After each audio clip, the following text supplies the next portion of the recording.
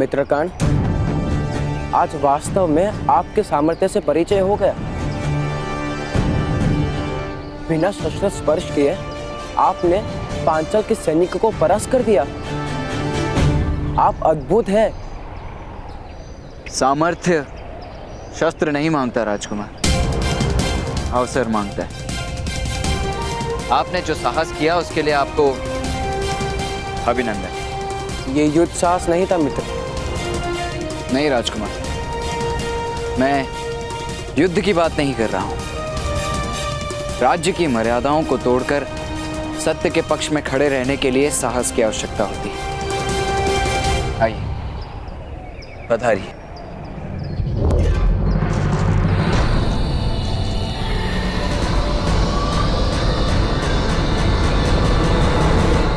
मेरा पुत्र अकेला है, किसकी प्रतीक्षा कर रहे हैं आप?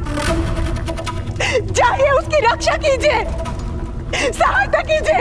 सीमा पार करने का आदेश नहीं है हमें। अरे ये हमारी क्या सहायता करेंगे? हमें स्वयं आगे बढ़ना होगा। बढ़ो आगे, बढ़ो।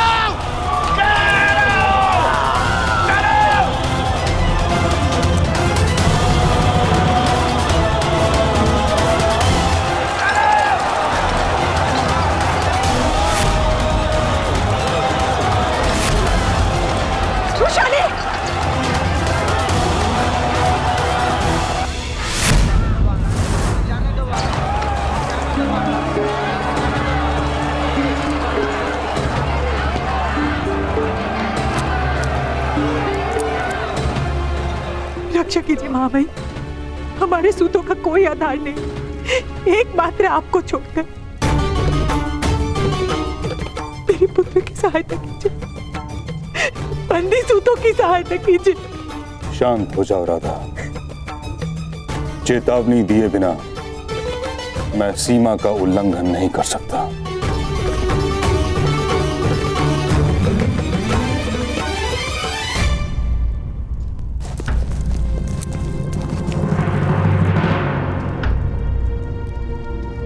यही राष्ट्र धर्म है। बंदी सूतों को शीघ्र ही मुक्त कराया जाएगा। हस्तिनापुर की प्रजा के रक्षण का उत्तरदायित्व मेरा है।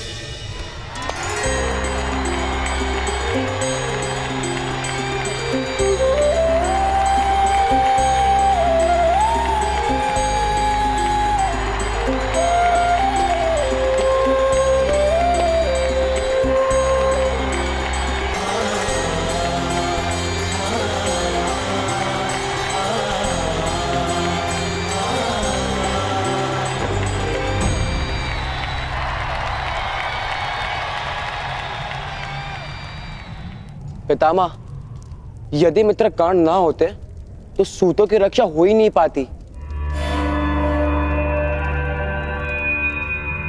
हस्तिनापुर के प्रत्येक जन की रक्षा होती,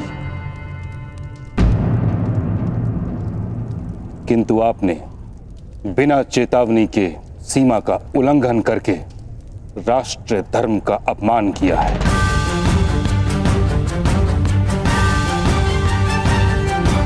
और इस अपराध का न्याय राज्यसभा में होगा।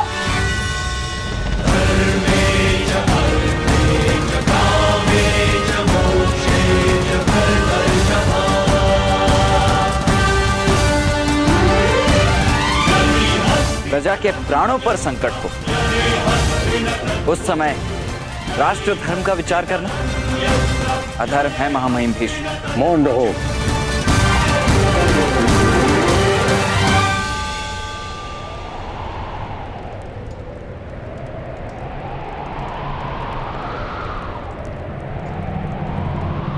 जो सत्ता के स्थान पर बैठता है उसे प्रति क्षण राष्ट्र धर्म का विचार करना पड़ता है। जिसमें धैर्य नहीं उसे सत्ता का अधिकार नहीं।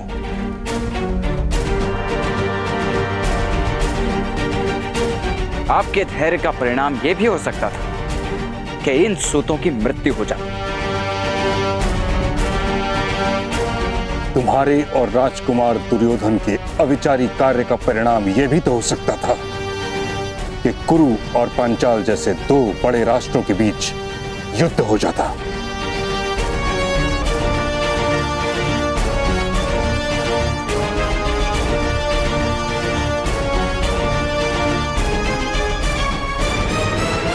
कुछ लोगों की मृत्यु के भय से समस्त समाज के लोगों की रक्षा का विचार त्यागा नहीं जा सकता।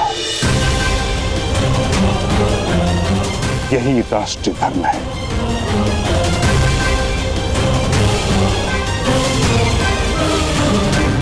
और राष्ट्र धर्म बलिदान मांगता है। महामहिम, ऐसा क्यों है कि क्षत्रियों का राष्ट्र धर्म सदैव हम जैसी छोटी जातियों का ही बलिदान लेता है?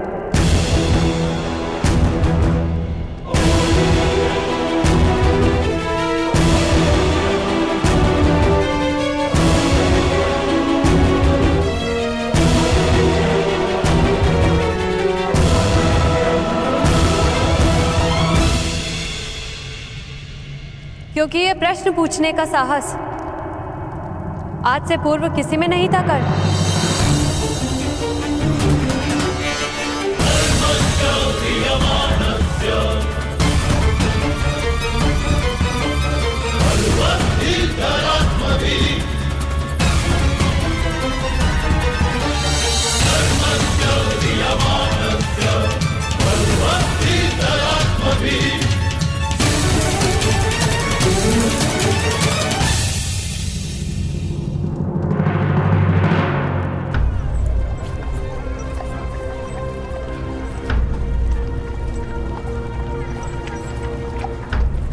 वृषाली उचित कहती, आपसे पूर्व प्रश्न पूछने का साहस किसी में नहीं था और आपसे पश्चात उत्तर जानने का सामर्थ्य भी किसी में नहीं होगा। सूतों को आपके सामर्थ्य की आवश्यकता है भ्राताश्री। मुझ पर माता की इच्छा का बंधन है शौन। किंतु माता की इच्छा समाज के हित में नहीं है भ्राताश्री। आपका विवाह पूरे समाज के लिए बेड़िया बन जाएगा भ्राताश्री। आप ही कहते हैं ना कि संघर्ष सदैव बलिदान मांगता है, तो आज आप अपने विवाह का बलिदान दे दीजिए भ्राताश्री।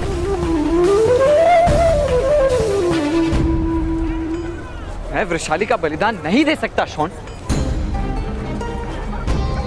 वाग्दान के पश्चात यदि किसी कन्या का विवाह टूट जाए तो ये समाज उसे सम्मान पूर्वक जीने नहीं देता शौन। कन्या का सम्मान मिट्टी के पात्र की भांति होता है। चूल्हे का ताप तो सहन कर लेता है, किंतु ठोकर सहन नहीं कर पाता।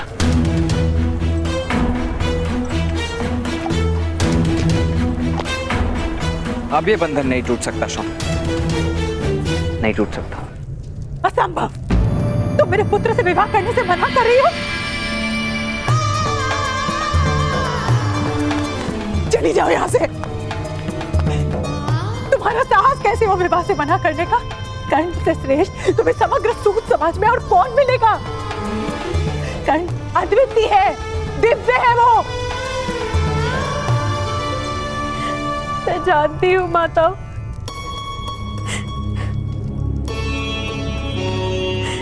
मैं कर्ण का तिरस्कार नहीं कर रही, अपने सद्भाग्य के द्वार बंद कर रही हूँ। ये जानती हूँ मैं।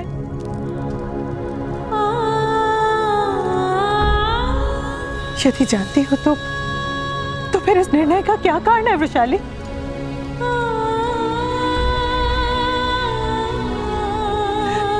तुम जानती हो ना, तुम ही कर्ण का रक्षण हो। तुम नहीं जानती कि कर्ण क्या करने वाला था। यदि मैंने उस पर इस विवाह का बंधन ना डाला होता तो कर्ण पर क्या संकट आ जाता, तुम्हें ज्ञान नहीं है। किंतु माता, मैं कर्ण के लिए बंधन नहीं बन सकती। ये अपराध है। उसके जीवन का सबसे बड़ा दुख नहीं बन सकती मैं। ये पाप होगा।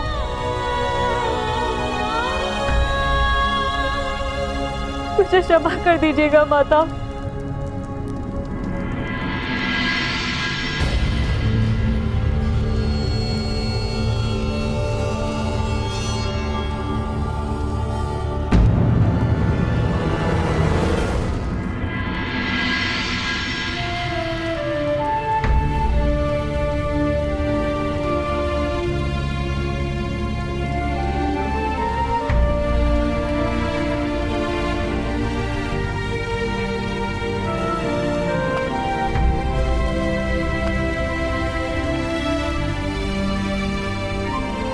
मैं तुम्हारी जीवन भर प्रतीक्षा करूंगी कर्ण।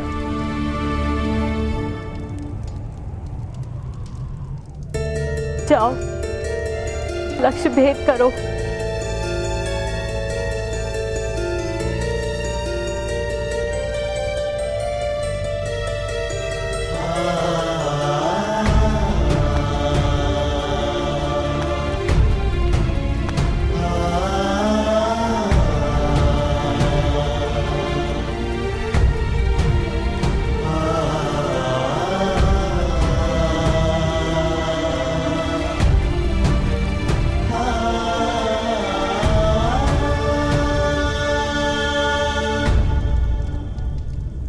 कर्ण ठहरो, कहां जा रहे हो? हस्तिनापुर की राजसभा में शब्दों से लक्ष्य भेद करने जा रहा हूं। क्षत्रियों के दोहरे सिद्धांत को प्रकट करना मेरा लक्ष्य है।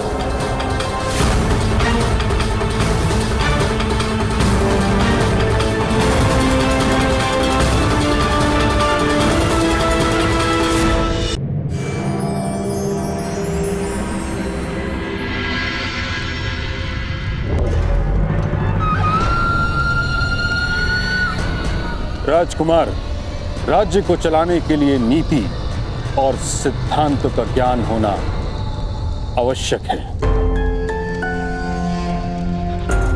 और उनसे परिचित होना राजपुत्रों का कर्तव्य है। किंतु पितामह, सूतों का दुख देखकर मैं विचलित हो गया था।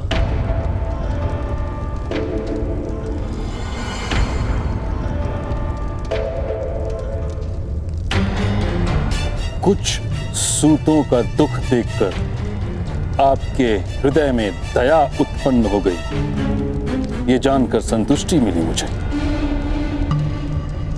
किंतु कुछ सूतों के लिए आप दो राष्ट्रों की प्रजा को युद्ध की अग्नि में नहीं झोंक सकते। आपके इस कार्य ने युद्ध का संकट उत्पन्न कर दिया, इसलिए आपको दंड प्राप्त होगा।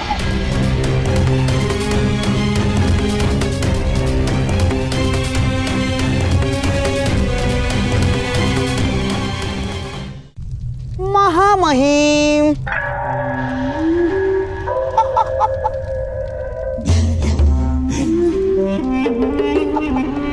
किंतु राजकुमार दुर्योधन ने प्रजाजनों की रक्षा के लिए राजपुत्र के कर्तव्य का निर्वाह भी किया है महामहिम। तो इस बात के लिए इनको पुरस्कार दिया जाएगा, किंतु ये समय न्याय करने का है। और महाराज, मैं आपसे विनती करता हूं कि आप न्याय करें। किंतु ताचरी, दुर्योधन की शिक्षा दीक्षा अभी नहीं हुई है, उसको दंड किस प्रकार दिया जा सकता है? दंड भी शिक्षा का एक भाग माना गया है। एक राजपुत्र को सामान्य अपराधी के समान राजसभा में खड़ा रहना पड़ रहा है, वो अपमान भी पर्याप्त दंड है ताचरी। मैं राजकुमार दुर्योधन को पुरस्कार के रूप में वरदान देता हूं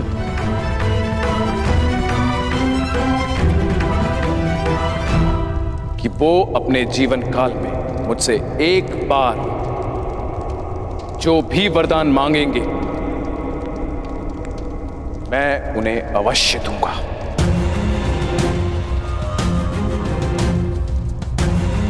महाराज, आप केवल वही दे सकते हैं जिस पर स्वयं आपका अधिकार है, वह नहीं जिस पर गुरुकुल का अधिकार है। मुझे मेरी मर्यादा का ज्ञान है ताचरी। इस पुरस्कार का तुम उचित उपयोग करोगे दुर्योधन, ऐसी आशा करता हूं। महाराज की जय हो।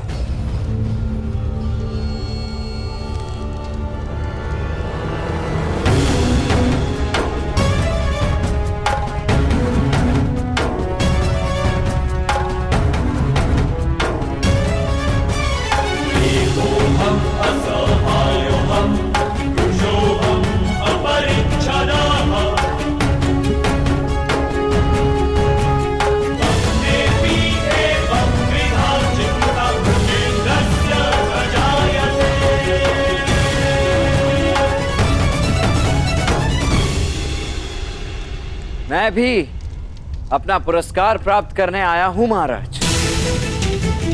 राजकुमार दुर्योधन और मैंने ये कार्य साथ में किया था। यदि वे पुरस्कार के अधिकारी हैं तो स्पष्ट मुझे भी पुरस्कार का अधिकार है। कौन हो तुम?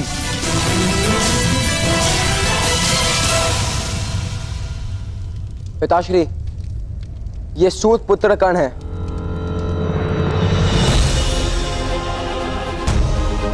इन्होंने भी सूतों के रक्षा हेतु अपनी शौर्य का प्रदर्शन किया था। इनमें अद्भुत सामर्थ्य है पिताश्री। यदि ऐसा है तो तुम भी पुरस्कार के अधिकारी होकर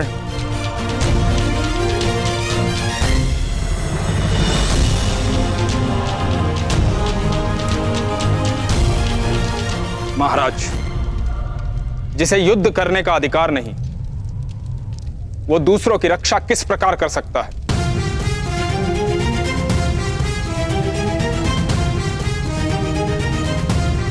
रक्षा करने का अधिकार केवल क्षत्रियों को है। सूतों को रक्षा प्राप्त करने का अधिकार है। इसलिए कर्ण को पुरस्कार देने का प्रश्न ही नहीं।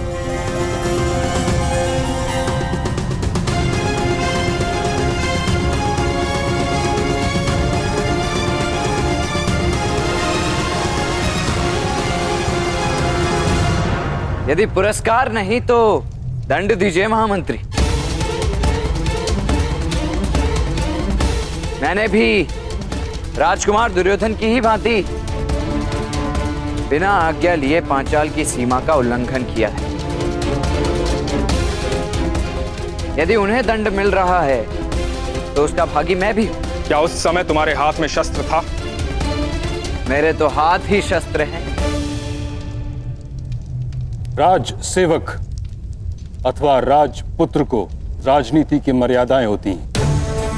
यदि कोई सामान्य प्रजाजन किसी दूसरी सीमा में प्रवेश करता है तो उसे घुसपैठ कहा जाता है, उल्लंघन नहीं।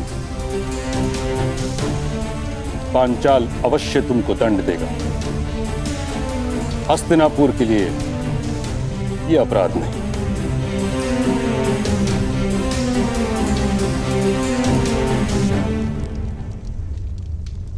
मैं जानता था महामहिम कि इस सभा में ना मुझे पुरस्कार प्राप्त होगा और ना ही दंड।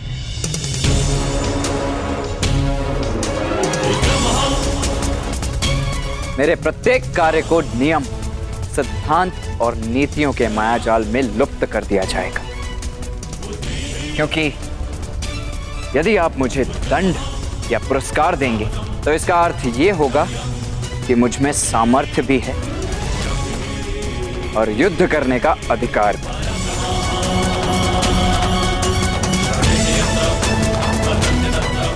और दोनों ही मेरे अधिकारों की सीमा निश्चित करेंगे। मैं योद्धा बन जाऊंगा और क्षत्रियों की राजनीति ऐसी भयानक भूल कभी नहीं कर सकती। तुम मर्यादाओं का उल्लंघन कर रहे हो। क्षमा कीजिएगा, मर्यादाओं का उल्लंघन वे करते हैं जो मर्यादाओं को मान्य करते हैं। मैं तो आपकी मर्यादाओं को मान्य ही नहीं करता महामहिम। मर्यादाओं का आधार समाज की व्यवस्था पर होता है, तुम्हारी मान्यता पर नहीं। वही व्यवस्था अवश्य भंग होगी शीघ्र ही। वसंत पंचमी के दिन हस्तिनापुर के सरसेनापति और कुरुवंश के श्रेष्ठ योद्धा एक सूत पुत्र के रथ में खड़े नहीं रह पाएंगे।